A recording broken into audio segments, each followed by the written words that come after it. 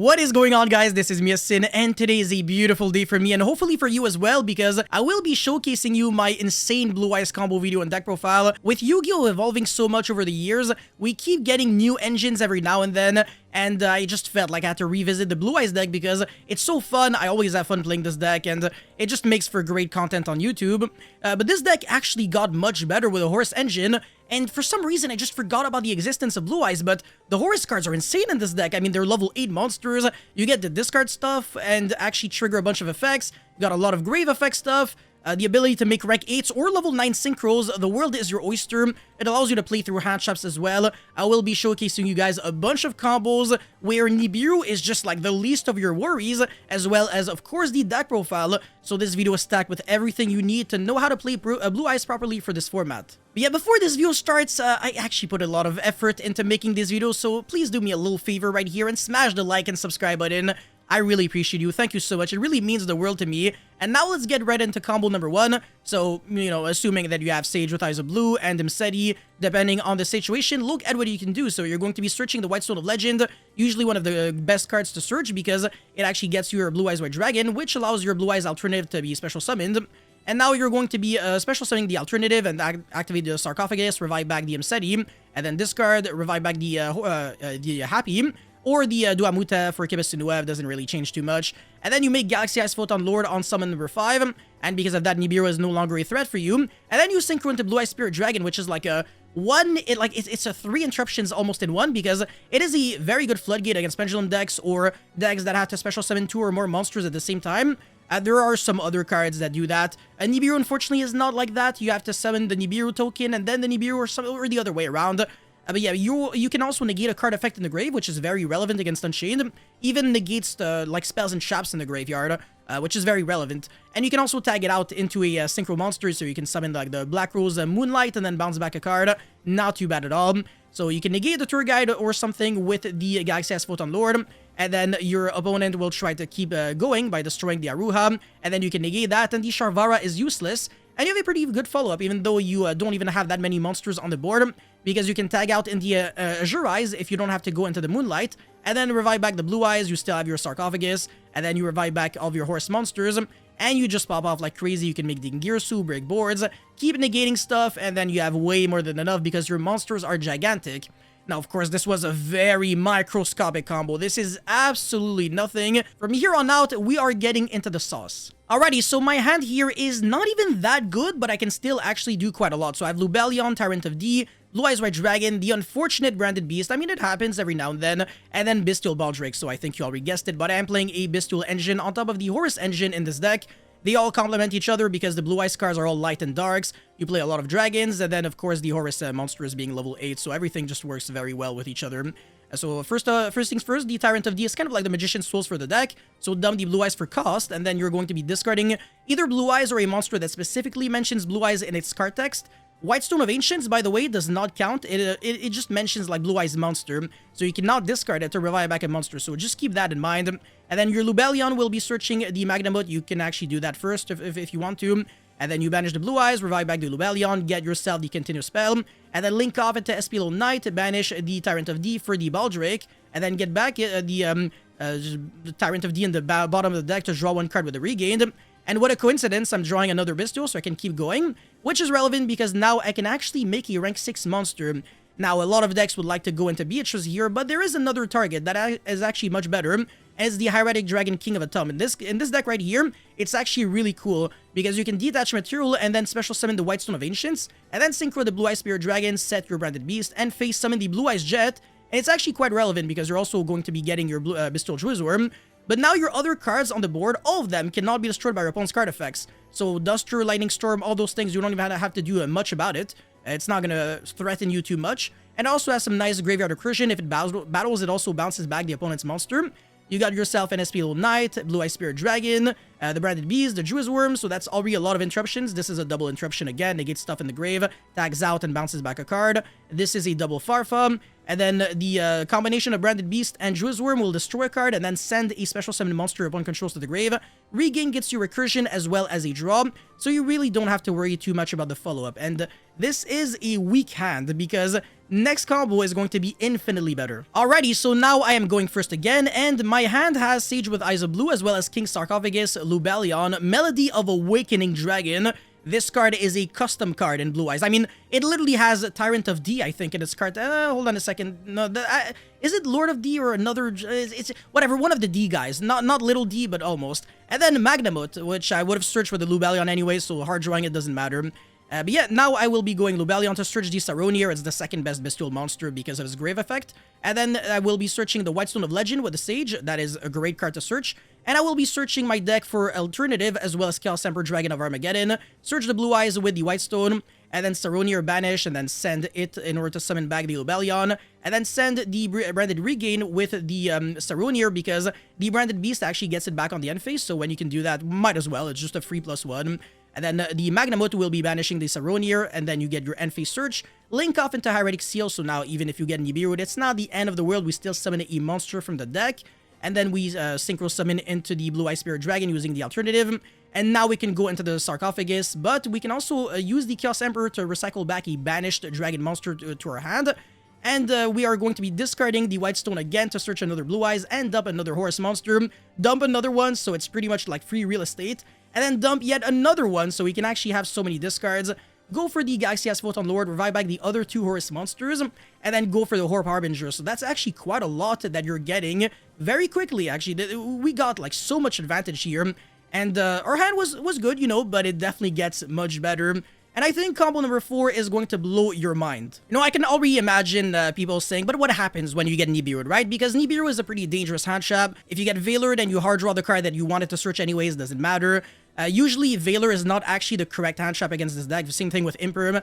Doesn't do much because you have a lot of in-hand and in-grave effects. So, like, what are they going to do? Like, Veiler, your Sage, it's not really a choke point.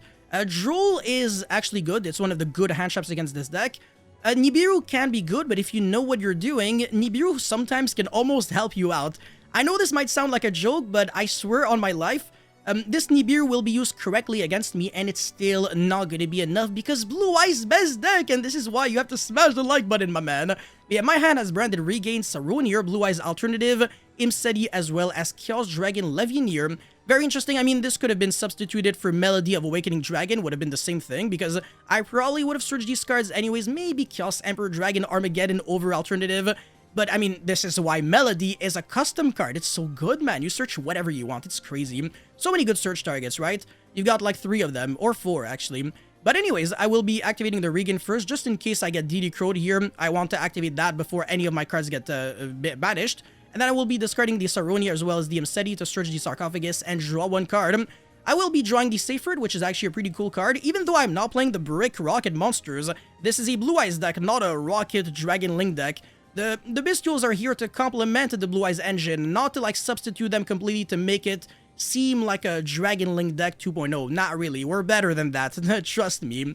Anyways, the Seyfried is actually a pretty cool draw here. So I'll be normal summoning it and then turn it into the White Dragon Wyver Burster, banish the Saronir, and then search for the Black Dragon Collapse Serpent, and then banish the White Dragon Wyver Buster. And here I will be using the Regained in order to put it back into the deck and draw 1. This is a +2 actually, because I'm drawing 1 card and I'm getting back the search with the Black Dragon Collapse Serpent. Relevant because these monsters are limited, so you can only use like 1 effect of the 2 to search. And unless you're using either Chaos Space or Regained, so it does matter. And I will be drawing like a Saronir, I believe, which is also pretty cool. But the fact that I have the White Dragon Wyver Burster in my hand, even though I can't summon it this turn, it's irrelevant because it's a free discard for my Sarcophagus. And that's why it matters. Anyways, now I'll go Seyfried, recycle back the Lubellion, so that's another reason why Seyfried is just incredible in this deck. It does 2 things. It summons my Hieratic Seal, which is my best friend at countering NIBIRU, and it also gets me the Lubellion back. But yeah, now speaking of the devil, I will be searching the Magnamut. You always have easy access to Magnamut. You don't even have to like physically hard draw Magnamut or Lubellion because Saronir gets you to Lubellion in the grave, and then this graveyard effect of Seyfried gets you it back. Anyways, Sarcophagus, revive back the Imseti, and then discard the useless White Dragon in order to send any other Horus monster. and then revive back, and now my opponent is absolutely forced to Nibiru me here because I am threatening Galaxia's Photon Lord, which would negate the Nibiru. So I will be getting Nibiru'd here, no choice, and even though it looks like it hurts, it just doesn't because I summon White Stone of Legend with this Hieratic Seal, and this is massive because now I just keep popping off. It just doesn't change anything to my life. I will be banishing the Hieratic Seal for the Magnamut and then get the end phase search. Banish the White Dragon Wyver Burster with Saronir. We used its graveyard effect to send the Lubellion, but we never summoned it, so we can actually do that. Hieratic Dragon King of the Thumb, this card is ridiculous. And then detach and summon what from the deck? We are going to be summoning Blue Eyes Jet Dragon, and this card actually matters here. It's really good. It's not just like a vanilla Blue Eyes that does nothing. No, it's much better than that. Because now we're going to be synchro summoning into Blue Eyes Spirit Dragon, search for a Blue Eyes, which means that the Blue Eyes alternative can finally be summoned. And this is where it gets absolutely gorgeous, so beautiful, because we're destroying that Nibiru, and because of the fact that a card was destroyed, we revive back the Jet Dragon. So you see, this is like a double extender, and now we can make Hieratic Seal. It looks funny to like link off two Blue Eyes for a Hieratic Seal, but it actually makes sense, don't worry about it.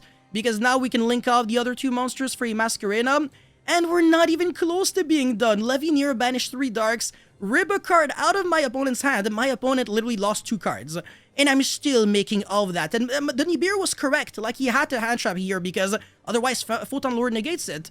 And again, we're not even close to being done because we can go Lubellion, and then set the trap, will activate it, and then go Sarcophagus discard, send a Horus monster, revive back the Horus. This is like the 3rd Horus that we're going into. Go into the Harbinger, and then on the end phase, we search with the Magnamut. Look at all of that. My opponent has 3 cards in hand, got a top deck to a 4th. How many interruptions is this? So Hieratic Seal can bounce back a card, so that's 1. And then Spirit can negate a card in the grave and tag out into Moonlight to bounce back another card. So that's going to be 3 interruptions. The Masquerena can link off into the SP Little Knight to banish a card on summon, and then double Farfa, so that's an extra 2 interruptions, so 5. And then the Harbinger can negate a spell card, so that's 6. And then the Branded Beast can destroy a card, and then the Druid's Worm is going to be sending something, so that's going to be 8 interruptions. And then the Druid's Worm is also a DD Crow, so that's 9 interruptions. And I think there's like another one. Oh yeah, the fact that we have Levineer to banish a card from my opponent's hand. So that's 10 interruptions through a Nibiru. Like basically, like this is unfair, right? Bro, what is the point of even hand trapping me if I'm gonna do the exact same thing? Probably even better, because I'm grateful that my Hieratic Seal got tributed. I mean, I could also tribute summon on top of it. You know, it's an extender. It's basically LP. This card should get banned. But yeah, my opponent wants to play the game. How about no? I'm gonna be negating that escape because again, it negates even spell and trap cards, which is ridiculous. And then the Masquerena will attempt to link off, and then I can just summon the Druid's Worm, link off into the SP Little Knight, banish some stuff, draw some cards, put it back on the bottom of the deck, so I always have a grind game. Sharvara is not going to be doing anything because I can just double Farfa. And then on the end phase, I get back the SP Little Knight, and still on the end phase, Hieratic Seal can tribute the White Stone of Ancients that I just drew in order to bounce back that Haruha. And then since we're still on the end phase, the White Stone of Ancients will trigger to summon a Blue Eyes monster from the deck. And again, since still on end phase, the Blue Eyes Spirit Dragon will tag out into the Azure Eyes, and we're going to be starting with so many monsters on the board, so many cards in the hand. We're reviving back another Blue Eyes monster.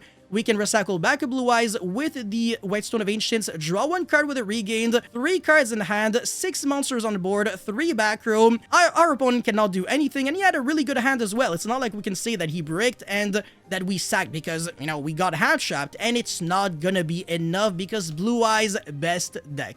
Absolutely magnificent. Now let's get into something even more beautiful, which is the deck profile. Alrighty, so for the deck profile, but before we proceed, make sure you smash the like and subscribe button. I would really appreciate it. So as you can see, I am playing this has been organized. So I'm playing a few Blue Eyes monsters, 2 Blue Eyes White Dragon. It is, even though it's the heart and soul of the deck, it's kind of like Cyber Dragon in Cyber Dragons. It's really bricky. You're not trying to draw multiple copies of this card. As a matter of fact, you're not trying to draw this card, period.